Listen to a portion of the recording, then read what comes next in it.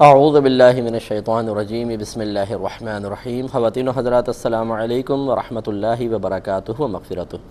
Programme احکام شریعت اور فقہ حنفی سے متعلقہ مسائل کے ساتھ ایک دفعہ پھر آپ کی خدمت میں حاضر ہیں۔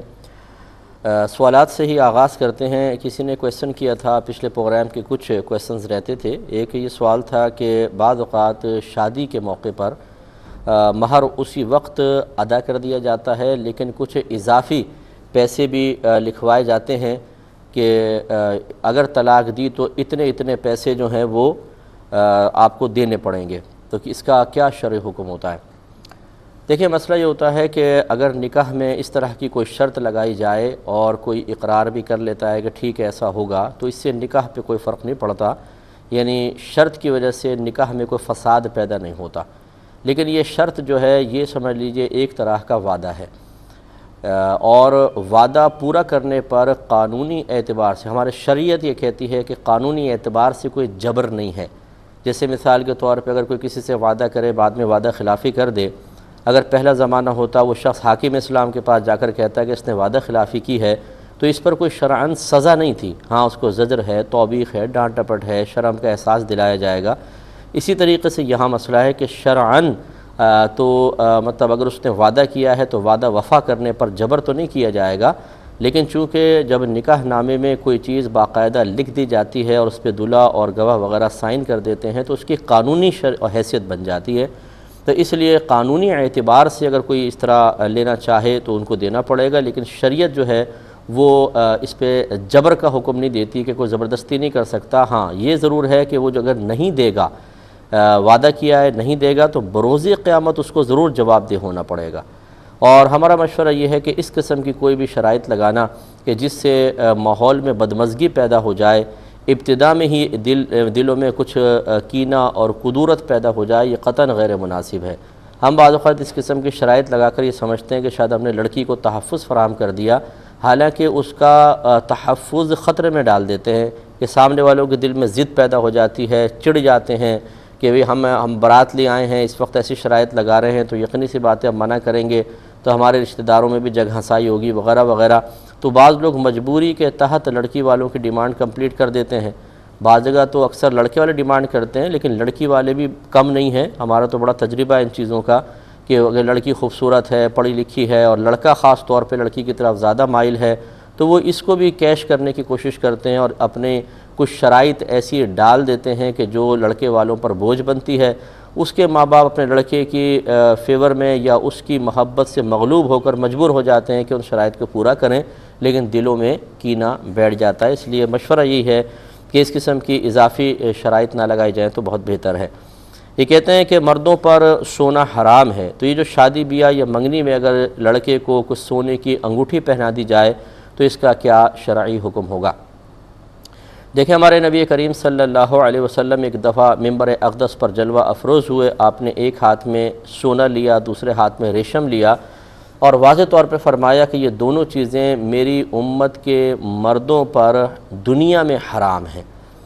اس کا مطلب یہ ہے کہ جنت میں یہ نعمتیں حاصل ہوں گی اور مرد حضرات استعمال کر سکیں گے، لیکن دنیا میں اس قسم کی نعمتیں یعنی دونوں چیزیں یہ استعمال کرنا سرکار نے حرام فرمایا ہے، واضح طور پہ ممنوع فرما دیا ہے۔ لہٰذا ایک لمحے کے لیے بھی اگر کوئی سونے کی انگوٹھی پہنے اور مرد ہو تو وہ گناہ گار ہوگا، اور اگر نابالغ بچے کو پہنائی جائے گی تو پھر چونکہ چھوٹا بچہ تو شرعی لحاظ سے شرعی احکام کا مکلف نہیں ہوتا، ابھی اللہ تعالیٰ کے احکام کا پابند نہیں ہے، تو اس کا گناہ اور وبال پہنانے والوں پر ہوگا۔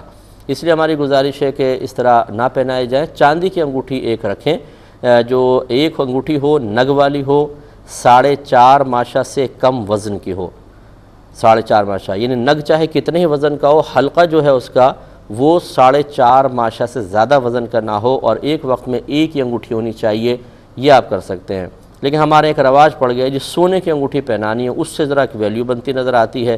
حالانکہ باہر کے ملکوں میں دیکھیں، یہ مطلب جو انگریزوں کے ہاں یا کسی بھی اور بہت ساری قوموں میں ہوتا ہے، کوئی اس کی اہمیت نہیں ہوتی، تو ان کا عمل خیر میں کوئی شرعی طور پہ دلیل کے طور پہ پیش نہیں کر رہا ہوں، لیکن کوئی اس سے نقصان تو نہیں ہوتا اگر اس رسم کو بدل دیا جائے اور سونے کے بجائے چاندی کی طرف آ کر اپنے نبی کریم صلی اللہ علیہ وسلم کے حکم کو پورا کر کے سعادتیں حاصل کی جائیں تو اس میں کیا حرج ہے؟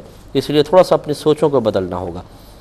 ایک ہی کہتے ہیں کہ ایک بچی نے کویسچن کیا کہ میں اپنے ماں اور شوہر دونوں کو راضی کرنے کے لیے بعض اوقات جھوٹ بول دیتی ہوں، مثلا اگر کبھی ماں کو کہتی ہوں اگر میں یہ کام کروں گی تو شوہر ناراض ہو جائے گا تو ماں اس کام سے رکتی ہے، کبھی ماں کے بارے میں شوہر سے جھوٹ کہہ دیتی ہوں، تو کیا یہ صحیح ہے؟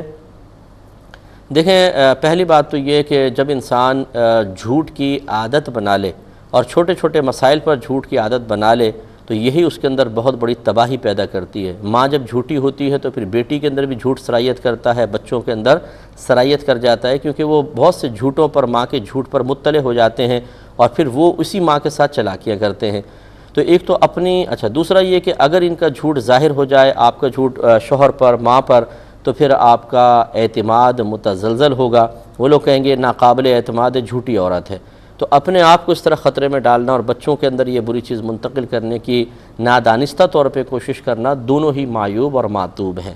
اب کرنا کیا چاہیے میں جواب دیتا ہوں، لیکن ایک کالر منتظر ہے۔ السلام علیکم۔ السلام علیکم مفتی صاحب۔ جی وعلیکم السلام بیٹا، بولیں۔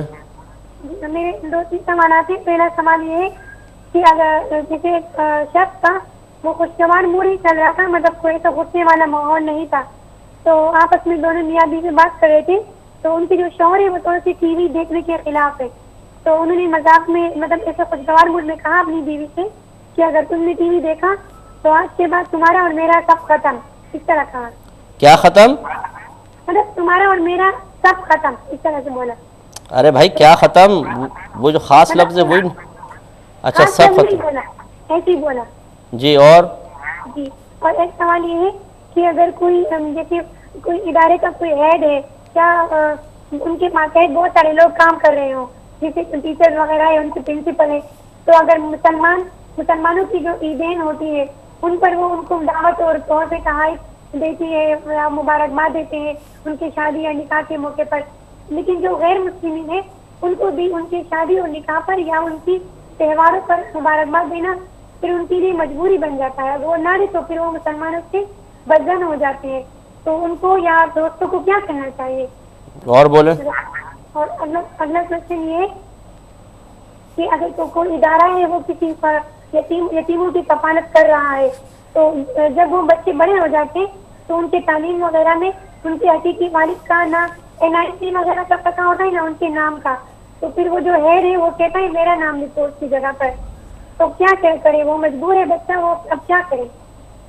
ٹھیک ہے۔ اور یہ ہے کہ اگر کوئی نماز پڑھ رہا ہو، کسی نے اشارہ کیا یا انہوں نے خود محسوس کیا کہ ان کو گزرنا ہے اور وہ نماز میں ہی تو آپ کے سائڈ پر ہو گیا اور پھر گزرنے کے بعد وہ دوبارہ سے اپنی جگہ پر آ گیا، نماز نہیں تو نماز ٹوٹ جائے گی؟ یعنی کسی پلر کے پیچھے ہو گیا یوں؟ نہیں، بس وہ ایسی کہا جیسے کرنے نے کہا تھا وہ نماز پڑھنے کے لیے۔ چلیں خیر، میں بتاتا ہوں انشاءاللہ۔ ایک اور کالر ہیں۔ السلام علیکم۔ السلام علیکم۔ جی وعلیکم السلام۔ مفتی صاحب، یہ کافی ٹائم پہلے آپ نے وضو کا طریقہ سکھایا تھا اور اس کے مسائل بتائے تھے، تو مجھے ایسا یاد پڑتا ہے آپ نے کہا تھا پہلے دائیں جانب پانی ڈالنا ہے، پھر سینٹر میں، درمیان میں، پھر بائیں جانب، مجھے ایسا یاد پڑتا ہے تو میں اسی طرح سے ہی وضو کرتی ہوں، تو گھر والے کہتے ہیں یہ تو بہت زیادہ دھل گیا، کتنی دفعہ دھو لیا چہرہ، اور ہمارے یہاں تو بس 3 دفعہ بس دھو لیتے ہیں، 3 دفعہ دھل گیا، تو ایک دفعہ میری تصحیح فرما دیں کہیں میں بھول تو نہیں گئی ہوں طریقہ وضو کا۔ اور مفتی صاحب میرا دوسرا سوال یہ ہے کہ ہمارے یہاں کچھ لوگ ایسے ہیں جو کہتے ہیں جائیداد میں ہمارے یہاں بیٹی کا حصہ نہیں ہوتا، اور اس کو لوگ کچھ کہیں تو وہ ان کو ہی کرٹیسائز کرنا شروع کر دیتے ہیں اور ذاتیات پہ اتر آتے ہیں، اور پھر لوگ کہتے ہیں، بعض لوگ کہتے بھی ہیں کہ چھوڑو بھائی یہ کیوں اپنی اس روش سے باز آئیں گے، ان کا کون سا کام رکا ہوا ہے، اور جو مین مسئلہ تو بچوں کا ہوتا ہے، ان کو تو لوگ اپنی بیٹیاں دے بھی رہے ہیں، ان سے اپنی بیٹیاں لے بھی رہے ہیں، ان کا کون سا کام رکا ہوا ہے جو باز آئیں گے؟ تو ایسے لوگوں سے جو اعلانیہ، اچھا صحیح، بالکل سنی صحیح العقیدہ ہیں لیکن بس اس طرح کی باتیں کرتے ہیں، تو ان سے تعلق رکھنا کیسا ہے؟ اور آخر سوال میرا مفتی صاحب یہ ہے کہ ایک شخص ہے وہ قرآن کو، پاکٹ سائز قرآن ہوتا ہے، اس کو جیب میں رکھتا ہے، وہ باوضو رہتا ہے، جیسے دکان پہ بیٹھا ہوتا ہے، پھر جیسے فراغت ہوتی ہے تو اس کو پڑھ بھی لیتا ہے نکال کے، جی تو یہ ایسا کرنا صحیح ہے؟ بعض اوقات انسان بھول بھی جاتا ہے اور بے وضو ہو جاتا ہے، تو کیا اس طرح سے اس کا کرنا ٹھیک ہے؟ جی۔ السلام علیکم ورحمۃ اللہ وبرکاتہ۔ وعلیکم السلام۔ ایک اور کال لیتے ہیں۔ السلام علیکم۔ السلام علیکم۔ جی وعلیکم السلام۔ مفتی صاحب میرے سوالات ہیں. پہلا سوال یہ ہے کہ اگر کوئی ہمارے جاننے والے ہیں وہ کاروبار بھی کرتے ہیں, بات چیت بھی ٹھیک کرتے ہیں, جب نماز پڑھتے ہیں تو وہ کہتے ہیں کہ تلفظ ہماری زبان پہ نہیں چڑھتے, تو وہ بسم اللہ. ایک منٹ بہن, ایک تو اسپیڈ تھوڑی سلو کریں اور آواز بلند کریں, ٹھیک ہے؟ اچھا مفتی صاحب, یہ ہمارے جاننے والے ہیں, وہ کاروبار ٹھیک کرتے ہیں اور بات چیت بھی ٹھیک کرتے ہیں, لیکن جب نماز پڑھتے ہیں وہ کہتے ہیں ہمارے زبان پہ نا تلفظ نہیں چڑھتے ہیں, تو وہ بسم اللہ ساری نماز میں پڑھتے ہیں, تو ایسا کرنے سے کیا نماز ہو جائے گی کہ نہیں؟ میرا اگلا کوشچن یہ ہے کہ ایک مبلغہ نے کہا کہ آقا کریم علیہ الصلوۃ والسلام کی پیروی کا قرآن پاک میں حکم آیا ہے, کسی اور بزرگ کا نام لے کر یہ نہیں کہا جا سکتا کہ ان کی پیروی کرنی ہوگی, تو ایسا کرنا ٹھیک نہیں ہے, کیا ایسی مبلغہ کا ایسا کرنا درست ہے کہ نہیں؟ اور میرا اگلا کوشچن یہ ہے کہ جن لوگوں کے گھر اولیاء کرام کی مزارات کے قریب ہوتے ہیں, ان کے قرب کی وجہ سے اصل مسلمانوں کو فائدہ حاصل ہوتا ہے کہ نہیں, اس حوالے سے رہنمائی فرمائیے گا. اور میرا آخری کوشچن یہ ہے کہ آپ نے پچھلی مرتبہ کہا تھا کہ باجی جو مدرسے کی اے سی کے لیے پیسے مانگ رہی ہیں تو ان کا ایسا کرنا درست نہیں ہے, تو وہ باجیاں اے سی کے علاوہ بھی اور چیزوں کے لیے پیسے مانگتی رہتی ہیں, تو علاقے کے لوگوں کو کیا کرنا چاہیے اس حوالے سے, کہ ان کے ہر مطالبے پہ پیسے دیتے رہنا چاہیے کہ نہیں دیتے رہنا چاہیے؟ وہ باجیاں جو ہے ہر ہفتے محفل میں لوگوں کو پیسے مانگتی, تو کئی عورتیں جو ہے بیزار ہو کر محفل میں جانا تک بھی چھوڑ گئی ہیں, تو وہ باجی نفلی صدقات کی طرف زیادہ کرتی ہیں, کہتی کہ زکوٰۃ ہمارے کسی کام نہیں آئیں گی, تو ایسا ان کا کرنا کیسا ہے؟ السلام علیکم ورحمۃ اللہ وبرکاتہ. ایک مختصر سا بریک لیں گے انشاءاللہ, سوالات کے جوابات مختصر سے اور چھوٹے سے بریک کے بعد. بسم اللہ الرحمن الرحیم. ایک کویسچن جو بچی نے کیا تھا کہ یہ اپنی والدہ کو شوہر سے اور شوہر کو والدہ سے راضی رکھنے کے لیے بعض اوقات جھوٹ بولتی ہیں, تو کیا حکم شرع ہوگا؟ تو ہم نے آپ کو سمجھایا کہ ایک تو جب آپ کو یہ جھوٹ بار بار آپ بولیں گی, عادت پڑ جائے گی, تو دونوں کو اگر پتہ چل جائے گا تو آپ کی شخصیت ناقابل اعتماد بنے گی. دوسرا پھر بچے بھی بعض اوقات مطلع ہو جاتے ہیں کہ بڑے جھوٹ بول رہے ہیں, تو پھر بچوں میں بھی عادت سرایت کرتی ہے, اور یہ بہت ہی مہلک اور خطرناک قسم کی بیماری ہے, جو بچوں میں منتقل ہو جائے تو بہت زیادہ نقصان ہوتا ہے. اس لیے کوشش یہی کیجئے کہ اگر آپ کو والدہ کو شوہر سے اور شوہر کو والدہ سے راضی رکھنا ہے تو کوئی اور حیلہ اختیار کریں, ایسی بات کریں کہ صراحتاً جھوٹ بھی نہ ہو, کہ کبھی اگر بعد میں مطلع ہوں تو آپ کہہ سکتی ہیں کہ آپ نے یہ سمجھا, میرا تو کہنے کا مطلب یہ تھا, یوں اس طرح اس کو توریہ کہتے ہیں کہ بات ایسی کرنا کہ دوسرا کچھ اور مفہوم لے اور آپ کا کہنے کا قصد و ارادہ کچھ اور ہو, اس طرح راضی کرنے کی کوشش کریں, لیکن صراحتاً جھوٹ ہرگز نہ بولیں. اور ضمناً مطلب میں بچیوں کے لیے خاص طور پہ والدین سے گزارش کرتا ہوں کہ اپنی بچیوں کو جھوٹ نہ سکھائیں. اس کی وجہ سے ہم نے, کیونکہ میری یہ فیلڈ ہے, میں مطلب ہزارہ کیسز دن میں ہمارے پاس ایک ہفتے میں کئی سینکڑوں کیسز تو آئے جاتے ہوں گے, جن میں سے بہت سارے کیسز ایسے ہیں کہ لڑکیوں کے جھوٹ کی بنا پر ان کا گھر خراب ہو جاتا ہے. شوہر سے جھوٹ بولنا, ساس سے جھوٹ بولنا, نندوں سے جھوٹ بولنا, اور جب ہم تحقیق کرتے ہیں تو پتہ چلتا ہے کہ یہ بیماری اور یہ وائرس انجیکٹ کیا گیا ہے سب سے زیادہ قریب شخصیت اور محبت کرنے والی شخصیت یعنی ماں کی طرف سے. تو یہ پھر اپنی بچیوں کے ساتھ دوستی نہیں ہے, بہت بڑی دشمنی ہے کہ ان کو یہ چالاکی, عیاری اور مکاری سکھانا, کیونکہ جھوٹ بولنا اور جھوٹ بول کر مطلب یہ کہ دوسروں کو بیوقوف بنانا, یہ ہر جگہ مصلحتاً تو ہوتا نہیں ہے, پھر یہ عیاری, چالاکی اور مکاری کے اندر آتا ہے. اور جب کسی کی اس طرح ہوشیاریاں ظاہر ہو جاتی ہیں تو شوہر بھی اپنے آپ کو بالکل انسیف محسوس کرتا ہے کہ کچھ پتہ نہیں ہے کل کو مجھ پہ بھی کوئی الزام لگا دی کہ جھوٹا اگر میں اس سے ذرا روڈلی بولتا ہوں یا کوئی گڑبڑ ہو جاتی ہے تو یہ تو کل میرے اوپر بھی الزامات لگا دے گی اور جھوٹ بولے گی. تو ہر شخص اس سے پھر خوفزدہ ہو جاتا ہے, ریزرو ہو جاتا ہے. اور جھوٹا آدمی مطلب بہت ہی خطرناک ہوتا ہے, کیونکہ ہر ایک خوفزدہ ہوتا ہے کہ اگر کچھ بھی ہوا تو یہ تو قسمیں, جھوٹی قسمیں کھا کر ہم پر الزام لگا دے گی. تو اس طریقے سے پھر میں نے یہ اس کا سائیڈ ایفیکٹ یہ دیکھا ہے کہ جب ان کے بچے بڑے ہو جاتے ہیں تو لوگ ان سے رشتہ کرنے سے کتراتے ہیں, کیونکہ ماں کی حرکتیں سب کے سامنے ہوتی ہیں. تو جھوٹ نہیں سکھانا چاہیے. سچ ایک لمحے کے لیے کڑوا ضرور ہوتا ہے, بعض اوقات ہم سچ بولتے ہیں, اس سے نقصانات ہماری طرف متوجہ بھی ہوتے ہیں, لیکن میں نے دیکھا ہے کہ اللہ تعالیٰ کی رحمت اور تائید ان کے ساتھ ہوتی ہے. اور اگر کوئی معاملہ سچ بولنے کی وجہ سے بظاہر بگڑتا بھی محسوس ہوتا ہے تو اللہ تعالیٰ اس معاملے کو اس کے حق میں کر دیتا ہے. اعتماد اللہ تعالیٰ کی ذات پر ہونا چاہیے.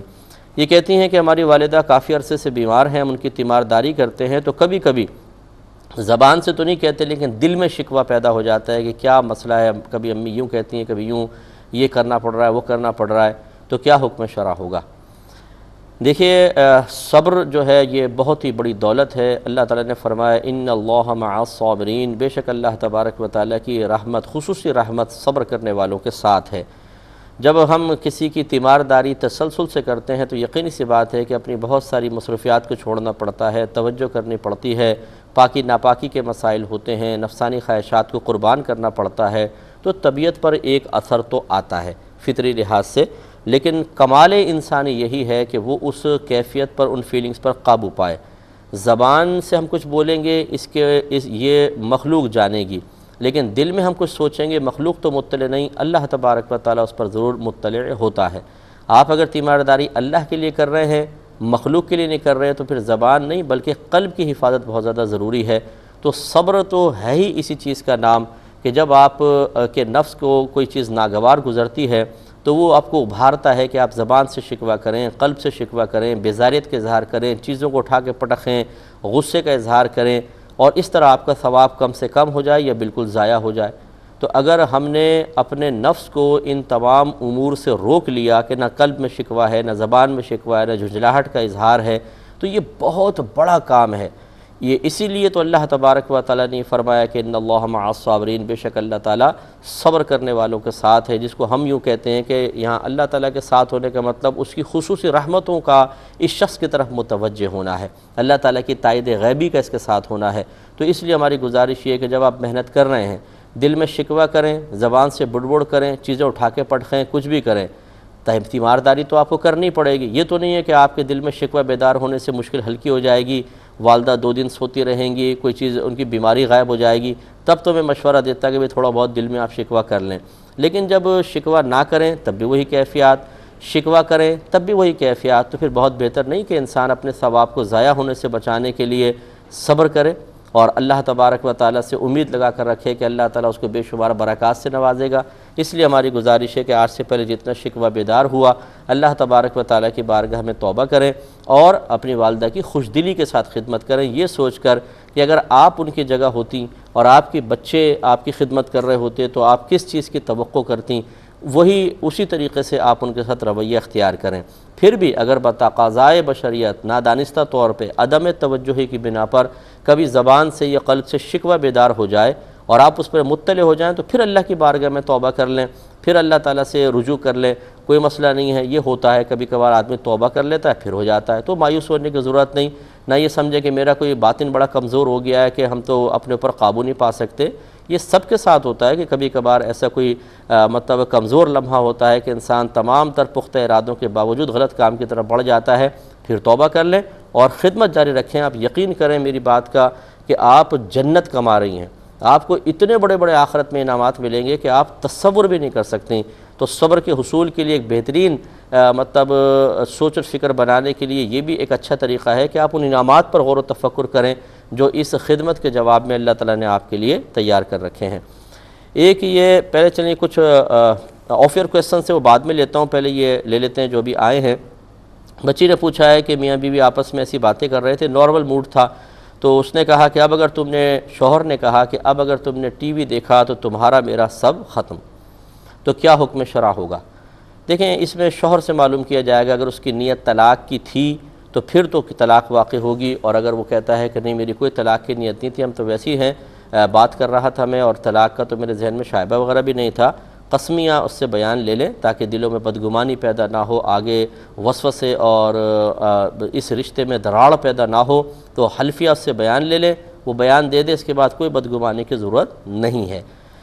ایک کہتے ہیں کہ کسی ادارے کے کوئی ہیڈ ہیں، ان کے کافی ماتحت ہیں، ان میں مسلمان بھی ہیں اور غیر مسلم بھی ہیں، تو جب غیر مسلمین کے کوئی تہوار وغیرہ آتے ہیں، ان کی تقریبات آتی ہیں، تو جو ساتھ کام کرنے والے مسلمان ہیں اور ہیڈ ہیں، کیا وہ ان کو مبارکباد دے سکتے ہیں کہ نہیں؟ اگر نہ دیں تو پھر آپس میں ایک انتشار کسی فضا پیدا ہونے کا گمان ہوتا ہے، اور یہ مطلب ہو سکتا ہے کہ ان کو جو غیر مسلمین ہیں ان کے دل میں آئے کہ مسلمان ہم سے نفرت رکھتے ہیں، تو ان کے بھی رد عمل کے طور پہ اسلام سے کوئی نفرت پیدا ہو یا اسلام کے بارے میں کوئی منفی خیالات ان کے ذہن میں آئیں، کیا حکم شرع ہوگا؟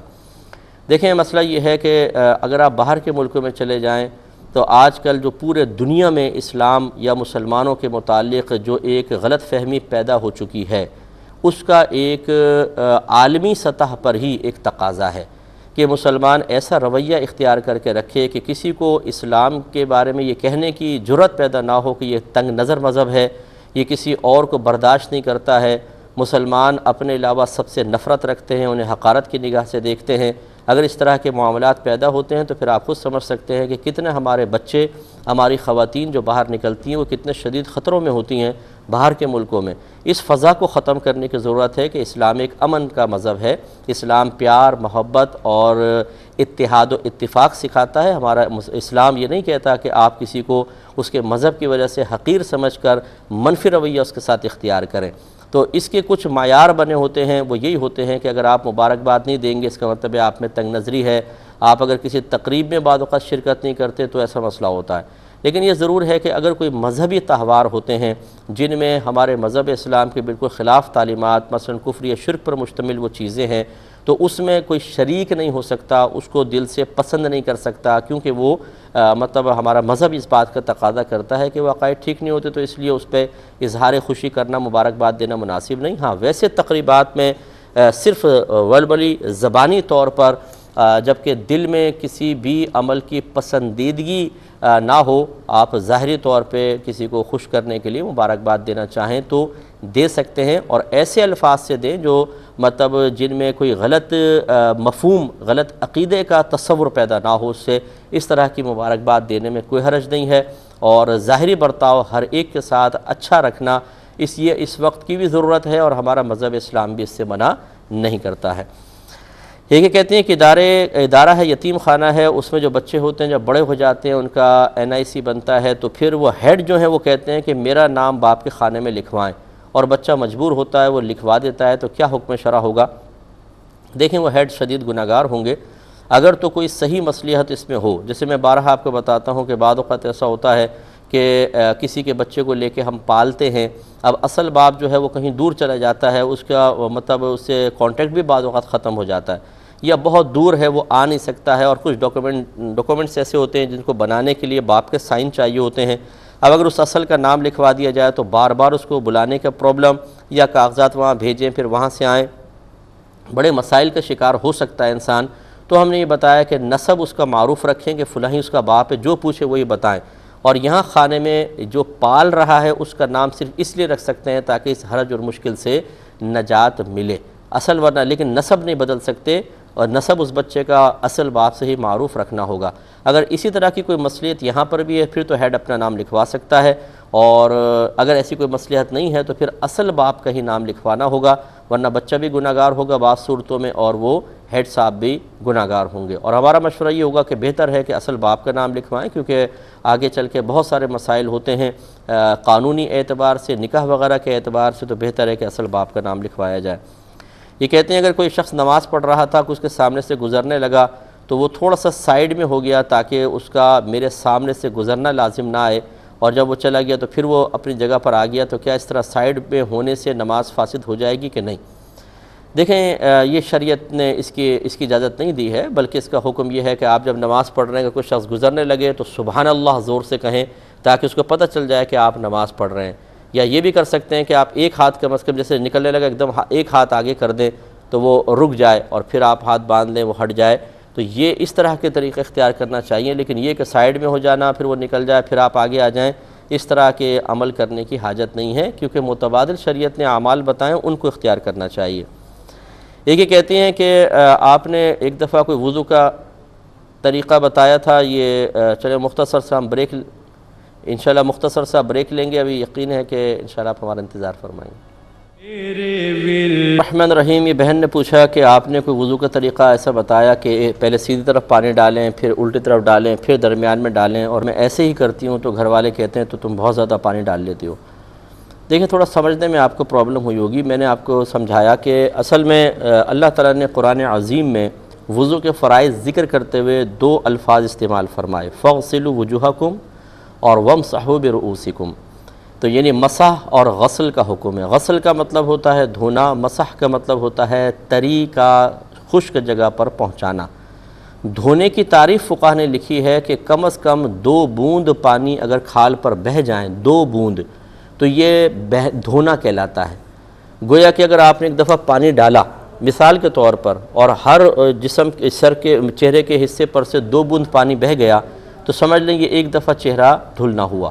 اور اگر کسی کا ہاتھ بڑا ہے مثال کے طور پر، اس نے زیادہ پانی ڈال لیا کہ 4 بوند بہہ گئیں تو سمجھ لیں ایک ساتھ یہ 2 مرتبہ چہرہ دھل گیا ہے. تو میں اکثر یہ مشورہ دیتا ہوں کہ آپ بہتر یہ ہے کہ آپ جیسے آئینے کے سامنے اپنا ہاتھ یوں کریں، اس پہ 2 قطرے ٹپکائیں اور دیکھیں کہ کتنا حصہ یہ دھلا ہے، کتنا تری آئی ہے. پھر 2 مزید ڈالیں، پھر 2 مزید ڈالیں. 6 بوند جب آپ بہائیں گے، جتنا پانی آپ کو اس وقت نظر آ رہا ہے، جتنا ہاتھ یہ دھلا ہے، سمجھ لیجیے 3 مرتبہ دھل چکا ہے. بس یہی مقدار آپ کو چہرے پر کرنی ہے. وہ جو میں نے ایک وضو کا طریقہ بتایا یہ بہت ہی زیادہ عوام کے لیے ہے کہ وہ اکثر ایسا کرتے ہیں کہ سامنے پانی ڈال لیتے ہیں، پیشانی پہ چھوڑ دیتے ہیں، خشک رہ جاتی ہے، یا مسح کر لیتے ہیں، سائیڈ کے حصے ان کے خشک رہ جاتے ہیں. تو یہ سمجھایا تھا کہ پہلے آپ سیدھی طرف پانی ڈالیں، پھر تھوڑا سا پانی ادھر سائیڈ میں ڈالیں، تھوڑا سا پانی ادھر ڈالیں، تو پھر یہ ایک دفعہ چہرہ دھلنا کہلائے گا، کیونکہ آپ نے اب پورا چہرہ کور کیا ہے. اصل مسئلہ یہی ہوتا ہے کہ کم از کم چہرے پر 2 بوند پانی بہہ جائے تو 1 مرتبہ دھلنا، 4 بوند بہیں گی تو 2 مرتبہ، اور 6 بوند بہیں گی تو 3 مرتبہ دھلنا متحقق ہو جائے گا. اس کے لیے پہلے آپ اگر اس طرح میں نے جو کہا کہ قطرے ڈال کے اندازہ کر لیں کہ کتنا پانی نظر آتا ہے 6 بوند پر، یہ 3 مرتبہ دھلنا ہے. اس کے بعد آپ چہرے پہ پانی ڈالیں گے تو انشاءاللہ آپ کو بہت اچھا اندازہ رہے گا. یہ جو بعض بھائی کرتے ہیں کہ نلکا کھول کے منہ نیچے گھسڑ دیتے ہیں اور پھر وہ کرتے جاتے ہیں انہیں اطمینان ہی نہیں ہوتا. وہ 6 بوند نہیں 6000 بوندیں بہا رہے ہوتے ہیں، اور وہ اس سے ان کا تقوی بھی خراب نہیں ہوتا، اور وہ بڑے متقی بھی ہوتے ہیں، اور صاحب علم بھی اپنے آپ کو ثابت کرنے کی کوشش کرتے ہیں، حالانکہ انتہائی خلاف سنت اور غلط طریقے سے وضو ہو رہا ہوتا ہے. اس پہ توجہ فرمائیں. یہ کہ کہتے ہیں کہ بعض خاندان والے ایسے ہیں جو کہتے ہیں کہ جی جائیداد میں ہم بیٹی کو حصہ نہیں دیتے ہیں. جب انہیں سمجھایا جائے تو ذاتیات پر اتر آتے ہیں. تو بعض رشتہ دار کہتے ہیں بھئی چھوڑو ان کو، بس یہ تو بیٹیاں لینے دینے کے اوپر لگے رہتے ہیں، باقی کسی چیز پہ توجہ نہیں کرتے ہیں. تو اب ایسے لوگوں سے رابطہ رکھا جائے یا نہ رکھا جائے؟ دیکھیں، پہلی بات تو یاد رکھیں کہ بیٹیوں کو وراثت سے محروم کرنا حرام اور گناہ کبیرہ ہے. یہ کسی کے والد صاحب کو اجازت نہیں ہے کہ وہ یہ کہیں کہ جی میں حصہ نہیں دیتا ہوں. آپ کون ہوتے ہیں حصہ روکنے والے؟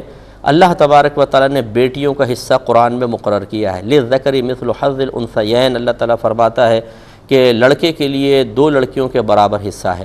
یعنی اگر 3 بچے ہیں، 1 لڑکا اور 2 لڑکی، تو 2 حصے کریں گے. 1 بیٹے کو ملے گا اور دوسرے حصے میں سے آدھا بیٹیوں کو دیا جائے گا. یا 3 حصے کر لیں، 1 بیٹے کا ہوگا اور 1 حصہ اگر 4 حصے کریں گے، 2 حصے لڑکے کے اور 1 حصہ بیٹی کا. یعنی لڑکیوں کو لڑکے کا نصف ملتا ہے. لیکن شریعت نے باقاعدہ مقرر کیا، یہ ذوی الفروض میں سے ہیں بیٹیاں، کہ ان کو تو حصہ دینا ہی ہوگا. اب جو کہتا ہے کہ ہم نہیں دیں گے، یہ آخرت کے لیے تیار رہے. اتنا شدید عذاب ہوگا کہ یہ اس کو برداشت نہیں کر سکتے ہیں. کیونکہ میرے آقا صلی اللہ علیہ وسلم نے ارشاد فرمایا جو کسی وارث کو اس کی وراثت سے محروم کرے تو اللہ تبارک و تعالیٰ اس کو جنت کی وراثت سے محروم کرے گا. ہمارے ہاں بہت ہی غلط تقسیمیں ہیں. جہاں زمینوں کا مسئلہ آ جائے، جہاں پیسہ آ جائے، جہاں پراپرٹی آ جائے، وہاں پہ اولاد بھی اچھی لگنے لگتی ہے. وہاں پر یہ کہ بیٹوں کو فوقیت ہوتی ہے، بیٹیوں کو پیچھے کر دیا جاتا ہے. اور میں نے پہلے بھی مسئلہ بتایا کہ حالت زندگی میں آپ جو کچھ تقسیم کریں گے، اس میں صحیح مسئلہ یہ ہے، مفتہ بھی مسئلہ یہ ہے، افضل قول یہ ہے کہ بیٹا بیٹی بالکل برابر ہوتے ہیں. بیٹے اکثر خود کما سکتے ہیں، لیکن بیٹوں کو پھر بھی زیادہ دیا جاتا ہے، اور بیٹیاں بیچاری محتاج ہوتی ہیں، انہیں کم دیا جاتا ہے. یہ غیر منصفانہ تقسیم ہے. اور اگر والد صاحب یا کوئی بھی جو مورث ہے وہ فوت ہو جائے تو پھر وہی تقسیم ہے جو شریعت نے مقرر کی ہے. لڑکے کو ڈبل ملتا ہے، لڑکی کو اس کا سنگل ملتا ہے. جو اس سے محروم کرے گا وہ آخرت کا وبال اپنے سر پہ لے گا. اور خدا نہ خواستہ اگر کسی نے یہ سمجھا کہ یہ میرے لیے حلال ہے کہ میں لڑکیوں کو حصہ نہ دوں، تو پھر وہ اس کے لیے ایمانیات کا مسئلہ بھی ہو سکتا ہے. یہ کہ کہتی ہیں ایک شخص ہے وہ پاکٹ سائز ایک قرآن مجید اپنی جیب میں رکھتا ہے، اکثر باوضو رہتا ہے، تو کہیں دکانوں وغیرہ میں بیٹھتا ہے تو قرآن نکال کر تلاوت شروع کر دیتا ہے، تو کبھی بے وضو بھی ہو سکتا ہے. تو کیا حکم شرع ہوگا؟ دیکھیں اس طریقے سے جیب میں قرآن رکھنا قطعاً غیر مناسب ہے. انسان استنجا خانے بھی جاتا ہے، گندی بدبودار جگہوں سے بھی گزرتا ہے، تو مناسب نہیں ہے کہ جیب میں رکھے. پھر اس طرح جیسے باوضو ہوتا ہے، وہ چھوئے گا تو گناہگار ہوگا. آج کل بہتر یہی ہے کہ موبائل میں ڈاؤن لوڈ کر لیں اور وہ اپنے پاس رکھیں. اس موبائل کے اندر ڈیٹا جو ہے وہ ٹیکسٹ فارم مطلب یہ کہ نقوش کی شکل میں نہیں ہوتا ہے، ریز کی شکل میں ہوتا ہے، اور موبائل کی مشینری اس کو متشکل کر کے دکھاتی ہے. لہذا اس میں آسانی یہ ہے کہ اسکرین پر اگر آپ کا ہاتھ بھی لگے گا تو آپ گناہگار نہیں ہوں گے. تو اس طرح پاکٹ سائز قرآن مجید نہ رکھا جائے، یہ بہتر ہے. ادب اسی میں ہے. ایک ہی کہتے ہیں کہ بعض لوگ ہیں جو کاروبار بھی ٹھیک ہے، ان کا اچھا صحیح طریقے سے کرتے ہیں، یعنی دیانتداری سے کرتے ہیں، دیگر معاملات بھی، لیکن ان کے تجوید وغیرہ ٹھیک نہیں ہے، تلفظ درست نہیں ہے، تو انہوں نے خود اجتہاد کر لیا کہ ہم پوری نماز کو بسم اللہ الرحمن الرحیم کے ساتھ پڑھ لیں گے. تو یہ صحیح ہے کیونکہ تلفظ ہمارے خراب ہے. اب جس کے تلفظ خراب ہے اس سے یہ پوچھیں کہ تم بسم اللہ الرحمن الرحیم جو پڑھ رہے ہو یہ کیسے صحیح پڑھ لو گے؟ اس میں بھی ہا نکلتی ہے، بسم اللہ الرحمن الرحیم، تو آپ ہا کو تو نکال ہی نہیں سکتے، تو آپ کی تو بسم اللہ بھی معاذ اللہ ایک طریقے سے غلط آپ پڑھ رہے ہیں، پھر کیا حکم شرع ہوگا؟ تو اس طرح کے اجتہادات یہ شیطانی اجتہادات ہیں. یہ دین ہے، کوئی آپ کی ہنڈیا نہیں ہے کہ جتنا مرضی نمک زیادہ کریں، مرچیں زیادہ کریں، بوٹی سخت رکھیں، نرم رکھیں، شوربہ بڑھا دیں، کم کر دیں، آپ کو اجازت ہے. یہ آپ کا کاروبار ہے، کسی کو آپ نے سستا سودا دے دیا، کسی کو مہنگا دیا، کسی کو زیادہ رعایت دے دی، کسی کو کم. یہ دین ہے بھائی جان، یہ آپ کی مطلب کوئی سپر مارکیٹ نہیں ہے، آپ کی دکان نہیں ہے، آپ کی ذاتی پراپرٹی نہیں ہے، یہ آپ کی کوئی مطلب یہ کہ اس میں اختیارات آپ کو حاصل نہیں ہے. اس طرح بالکل نماز نہیں ہوگی. جس جاہل نے ایسا سوچا وہ گناہ کبیرہ کا مرتکب ہے، کیونکہ اس کی نمازیں قضا ہو رہی ہیں اور وہ مسلسل گناہ گار ہے. اب کاروبار ٹھیک کر رہا ہے، غریبوں کو دیتا ہے، یتیموں کو دیتا ہے، یہ سب بیکار ہے. جب تک کہ فرائض پورے نہیں ہوں گے تو نوافل کا فائدہ کیا ہے؟ اس لیے فوراً سے پیشتر اللہ کی بارگاہ میں توبہ کریں. ابھی اگر ان کو کہا جائے، گورنمنٹ ہماری اعلان کر دے کہ جو اپنے تلفظ درست کرے گا اس کو پر منتھ 1 لاکھ روپے ملیں گے، پھر دیکھیں یہ اپنے تلفظ درست کرتے ہیں کہ نہیں کرتے، اور کیسے پھر نماز کو خوشی و خضوع سے پڑھتے ہیں کہ نہیں پڑھتے ہیں. یہ سب ہمارے ہیلے بہانے ہوتے ہیں، نہ سیکھنے کے بہانے کہ بھائی جلدی جلدی بسم اللہ سے نماز پڑھو اور چھوڑ دو. یہ سب کاروبار یہیں رہ جائے گا، آپ کی دولت یہیں رہ جائے گی. جن بچوں کو آپ اس قسم کے پیسے سے پال رہے ہیں وہ شاید آپ کے لیے دعائیں بھی نہیں کریں گے، وہ بھول بھال جائیں گے. اللہ تعالیٰ ان کے دل میں آپ کی محبت ختم کر دے گا، کیونکہ جو اللہ کا نہیں تو اللہ تعالیٰ اس کو کسی کا نہیں رہنے دیتا. اس لیے فوراً توبہ کریں. اگر آپ کو تجوید نہیں آتی، ایک استاد رکھ لیں، اسے پیسے دیں، وہ دکان پر آ کے گھر پہ آ کے آپ کو پڑھائے گا، اور اپنی نمازوں کو درست کریں. اس طرح بسم اللہ کے ساتھ نماز پڑھنے کا کوئی شرعی تصور نہیں ہے، آپ گناہ گار ہوں گے. اور اگر آپ یہ سمجھتے ہیں کہ میرا تلفظ بہت زیادہ خراب ہے تو پھر آپ کو باجماعت نماز پڑھنا فرض ہے. امام کے پیچھے نماز پڑھیں تاکہ وہ امام کی قرات آپ کی قرات ہو جائے گی، اور نوافل وغیرہ سنن جو ہیں وہ اس کے لیے آپ تجوید سیکھنا شروع کریں، اور وہ انفرادی طور پہ آپ پڑھ سکتے ہیں، لیکن نماز جماعت سے پڑھنے کی کوشش کریں تاکہ آپ کو قرات کرنے کا موقع نہ ملے. ایک ہی کہتے ہیں کہ کسی مبلغہ نے کہا کہ قرآن میں اللہ تعالیٰ نے اپنے علاوہ اپنے حبیب کریم صلی اللہ علیہ وسلم کی اطاعت کا حکم دیا ہے، لہذا کسی اور کی پیروی کرنے کی ضرورت نہیں ہے. جیسے بزرگوں کی یا پیر صاحب کا کہنا مان لیا، بس سرکار اللہ کا کہنا مانو، رسول کا کہنا مانو. کیا یہ صحیح ہے؟ دیکھیں یہ کوئی بیچاری ناقص مبلغہ ہیں کہ جنہوں نے ابھی تبلیغ دین کے اصول خود نہیں سیکھے ہیں، نہ قرآن پہ ان کو دسترس حاصل ہے، نہ حدیث پر. اور اس قسم کی جو مطلب غیر تربیت یافتہ خواتین یا ایسے مرد حضرات ہیں تو یہ قوم کو سیدھا راستہ نہیں دکھاتے بلکہ ان کا نادانستہ طور پہ بیڑا غرق کر رہے ہوتے ہیں. تو یہ کیا انہوں نے آیت یہ نہیں پڑھی؟ اللہ تعالیٰ نے فرمایا کہ اطیعوا اللہ و اطیعوا الرسول و اولی الامر منکم، تم اللہ کی اطاعت کرو، رسول کی اطاعت کرو، اور ان لوگوں کا کہنا مانو جو تم میں حکم والے ہیں. دوسرے مقام پہ، اور یہاں حکم والے سے مراد کون ہے؟ فقہا، مفتیان کرام، مجتہد، اچھے پختہ علم رکھنے والے مفتیان کرام مراد ہیں کہ جو ضرورت زمانہ کے اعتبار سے، تغیر زمانہ کے اعتبار سے، بدلتے ہوئے عرف کی وجہ سے احکام میں تبدیلی کا شعور اور ملکہ اور مہارت رکھتے ہیں، وہ یہاں مراد ہیں کہ ان کی اطاعت واجب ہے. اس طرح اللہ تعالیٰ نے فرمایا کہ فَاسْأَلُوا أَهْلَ الذِّكْرِ إِن كُنتُمْ لَا تَعْلَمُونَ، اگر تم نہیں جانتے تو اہل علم سے سوال کرو. اب اس کا مطلب ہے اہل علم نہ جاننے کی بنا پر اہل علم سے جو سوال کر رہے ہیں وہ اس لیے تو نہیں ہے کہ ہم سوال کر رہے ہیں اب جواب دیں، پھر موڈ ہوگا تو اختیار کریں گے ورنہ نہیں. یہاں بھی اطاعت واجب کی گئی ہے کہ خبردار جو اگر علم نہیں رکھتے ہو تو انٹرنیٹ پہ جا کر بیٹھ جائیں، خود قرآن کھول لیں، حدیث کھول لیں، نہیں، اہل علم سے رجوع کریں، پھر وہ جو بتائیں اس کو اختیار کریں، یہ واجب ہوگا. تو اس لیے وہ جو تبلیغ دین کرنے والی خاتون اگر خود بھی سن رہی ہوں تو برا نہ مانیں. تبلیغ فی الحال مجھے لگتا ہے آپ کے بس کی بات نہیں ہے، خدا را اپنی آخرت کو برباد نہ کریں. پہلے آپ اچھی طرح سیکھیں، یا جس ٹاپک پہ آپ کلام کرنا چاہتی ہیں اس کا مواد جمع کریں، اس کو ترتیب دیں، پھر کسی اچھے مستند شخص سے اس کو چیک کروائیں، اس کے بعد آپ تبلیغ کریں، ورنہ اپنی تباہی کی خود آپ ذمہ دار ہوں گی. یہ کہتے ہیں کہ اگر کوئی کسی بزرگ کا مزار وغیرہ ہو اور ان کے ساتھ کچھ لوگ رہتے ہوں تو کیا ان لوگوں کو بھی برکت حاصل ہوتی ہے؟ قرب کی کوئی برکت ہے؟ تو بالکل برکت ہے۔ اللہ تعالیٰ کی جو رحمتیں اس نیک بندے پر نازل ہو رہی ہیں، جو ان کے قرب میں ہوں گے انہیں بھی برکات حاصل ہوں گی، بالکل ہوتی ہیں۔ ایک ہی کہتی ہیں کہ یہاں جو پچھلے پروگرام میں بھی سوال تھا کہ ادارہ ہے، وہاں کی جو ہیڈ ہیں وہ چھوٹی چھوٹی چیزوں کے لیے چندے مانگتی ہیں بار بار اور بچیوں کو گھروں میں بھیجتی ہیں، کیا یہ صحیح ہے؟ بالکل غلط ہے، اور ایسے بغیر ضرورت کے جو مانگ رہی ہیں اس میں ان کی حوصلہ شکنی کرنا ضروری ہے۔ ان کو بالکل پیسے نہ دیں، ضرورت کے تحت دیں، ورنہ اس طریقے سے یہ کاروبار بن جاتا ہے اور اس سے پھر اہل علم کا امیج خراب ہوتا ہے۔ اب چونکہ تقریباً ہمارے یہ ختم ہو گئے، ایک دو آفر کویسچنز تھے، وہ انشاءاللہ اگر زندگی رہی تو میں کل کے پروگرام میں پہلے لوں گا۔ ای میل ایڈریس چل رہا ہوگا، اس پر ہمیں میل کر دیں۔ اگر اس پہ جواب آپ کو فوری طور پہ نہیں ملتا یا بہت زیادہ دیر ہوتی ہے تو مفتی اکمل QTV2 والا میرا جو پرسنل ای میل ID اس پہ بھیج دیا کریں، انشاءاللہ جواب دینے کی بھرپور کوشش کریں گے۔ ہم اپنے میزبان کو، QTV کی پوری ٹیم کو اجازت مرحمت فرمائیں۔